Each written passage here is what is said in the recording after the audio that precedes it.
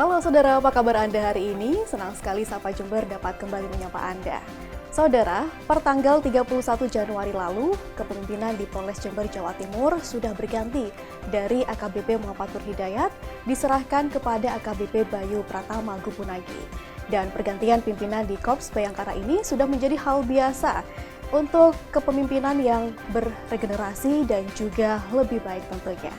Namun, untuk kepemimpinan pada masa AKBP Bayu Pratama ini memiliki tantangan tersendiri untuk menjaga keamanan dan juga ketertiban masyarakat dalam menghadapi tahun politik 2024, khususnya saat momen Pilpres, Pileg, dan juga Pilkada. Lalu seperti apa strategi dan program yang akan dicanangkan oleh Kapolres Jember yang baru ini? Kita akan membahasnya secara lengkap selama 30 menit ke depan bersama saya Pia Mediana dalam Sapa Jember.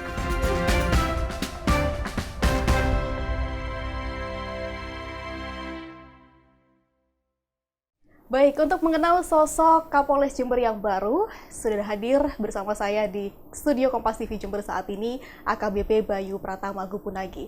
Assalamualaikum, selamat pagi Komandan. Waalaikumsalam warahmatullahi wabarakatuh. Selamat pagi Mbak. Hari ini? Alhamdulillah baik, luar biasa. Sehat dan selalu semangat ya Dan ya. Insya Allah. Selamat datang di Kabupaten Jember, kota baru, tugas baru, dan tentunya akan ada cerita baru pastinya. Ya. Kalau boleh tahu, kapan pertama kali menginjakan kaki di Jember ini Dan? Ya. Kami menginjakan kaki di Jember pada tanggal 3 Februari yang lalu. Sebelumnya di tanggal 31 Januari kami melaksanakan serah terima dengan pejabat yang lama di Polda Jawa Timur. Kemudian pada tanggal 3 kami tiba di Jember. Berarti murni pertama kali ke Jember ketika ada serah terima jabatan di situ ya? Ya. Sebelumnya belum pernah? Sebelumnya mengunjungi kota Jember sesekali pernah, tapi waktu itu pada saat kegiatan Anef Kamtipmas bulanan. Baik. Itu sudah kurang lebih 7 atau 8 bulan yang lalu. Dan tentunya merasakan atmosfer baru, bagaimana suasana di Jember, Dan? Tentu, kota Jember ini buat saya adalah kota yang luar biasa, istimewa tentunya, karena luas wilayahnya yang begitu besar, jumlah penduduknya juga cukup tinggi, dan tentunya karakteristik masyarakatnya juga beragam. Ini menjadi tantangan tersendiri untuk saya menjalankan tugas di Polres Jember. Baik, dan tentunya sosok Kapolres Jember yang baru ini adalah seorang yang muda, namun jenjang karirnya sudah luar biasa. Beberapa jabatan strategis sudah pernah diemban begitu ya Dan ya. Namun kabarnya Komandan Bayu ini sempat bercita-cita menjadi seorang pilot pesawat tempur gitu ya.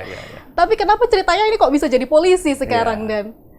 Tentunya semua itu karena takdir, garis tangan juga mungkin. Cita-cita saya di masa kecil memang menjadi pilot pesawat tempur. Tetapi seiring sejalan dengan waktu, pengalaman, dan jenjang pendidikan yang kami lalui, ternyata Allah mentakdirkan saya menjadi seorang polisi. Maka saya harus mendharma baktikan diri saya pada bangsa negara menjadi seorang polisi tentunya. Dan takdir itu tentunya untuk kebaikan bersama. Terbukti dari beberapa prestasi yang sudah diukir oleh Komandan Bayu tentunya ya. Di tahun 2004 selesai di Taruna Akademi Kepolisian dan mulai bertugas di Polda Sumatera Selatan, kemudian di Polda Banten, di Mabes Polri, hingga saat ini di Polda Jatim, khususnya di Polres Jember. Boleh diceritakan perjalanan yang paling berkesan selama mengemban karir selama ini?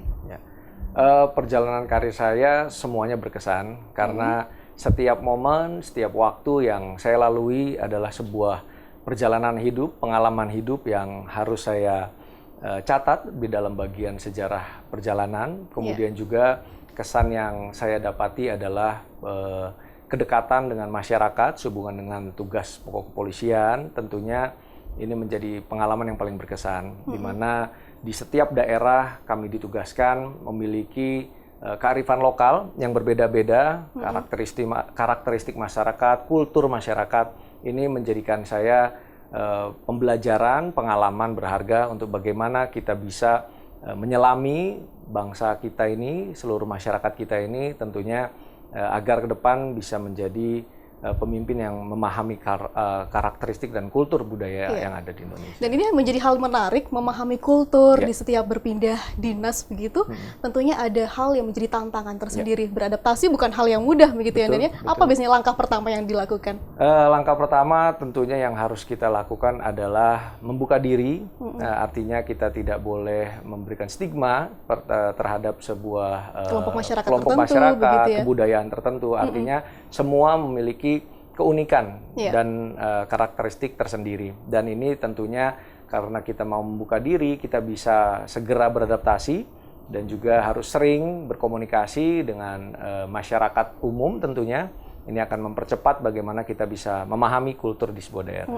Baik, dan tentunya di tengah kesibukan menjadi seorang Kapolres Jember yang baru saat ini, apakah masih sempat berlaku kegiatan, menjalankan hobi, katanya hobi badminton dan juga ini ya, goes? Olahraga ini adalah sebuah hal yang cukup penting di dalam saya melaksanakan tugas karena tidak hanya dibutuhkan kecerdasan, tapi juga kebugaran fisik.